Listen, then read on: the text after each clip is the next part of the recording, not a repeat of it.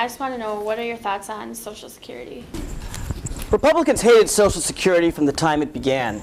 In fact, the very first election in 1936, Alf Landon ran on this horrible proposal, end Social Security now. The 60s, Barry Goldwater, George Bush said, this current president, said in 1978, Social Security will be bankrupt in 10 years. By 1988, there'll be no more Social Security in this nation.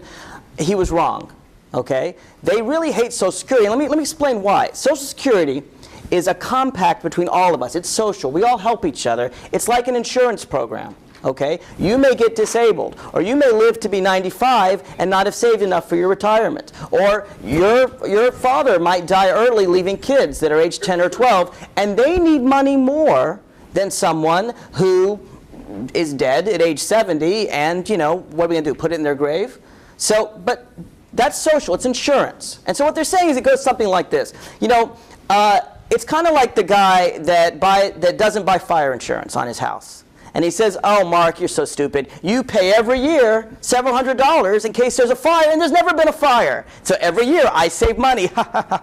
And that guy's right if there's no fire. But if I need it, I want that money to be around. Now, George Bush's bold plan has nothing for people who are disabled. If you are disabled, sorry, I guess you just die. Because your money that you put away for Social Security, it may be able to handle your retirement, but it can't handle your disability under Bush's plan. All right? We believe that we all should look out for each other. We can put money away. We can have private accounts. Gore and others support Social Security Plus. You know, you can put money away. But at basic, it's a guaranteed benefit. It is secure. It is security. And when Chris says that it may or may not be there for you, he's absolutely right. If current law remains, all of you will get Social Security because it's the law. It's required. If we can't afford it, we borrow to pay for it. But if George Bush gets his way, you will not get Social Security.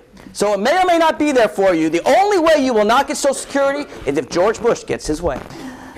The Democratic plan on Social Security is simple. It's worked for 70 years. Don't change it. If it ain't broke, don't fix it. That's the Democratic plan. And most people, you ask anybody who's 65, 70, 75, you ask anyone who needed disability insurance because they got cancer or they had a heart attack or something, and they'll tell you it works just fine. What's Bush's idea on disability insurance? He doesn't have one. He's going to take all this money out of the system, and if you're disabled, I don't know, maybe you just move to Canada. That's the solution. We don't know the solution. See, what's the Democratic plan? A one that has worked for 70 years. What's Bush's plan? Oh, he'll tell you later.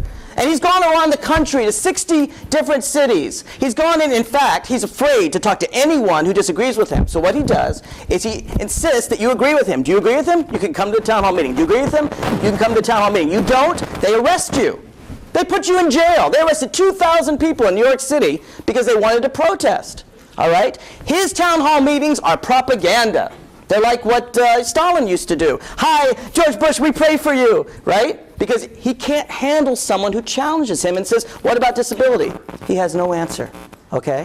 What about it? No answer at all. You asked about the retirement age. Well, the answer is that, yes, people are living longer. And the question is, what do we do? What if you have enough in your nest egg to survive to age 85, but you don't have enough to survive to age 95? Well, with Social Security, it's an insurance program. It will provide you every year of your life, right?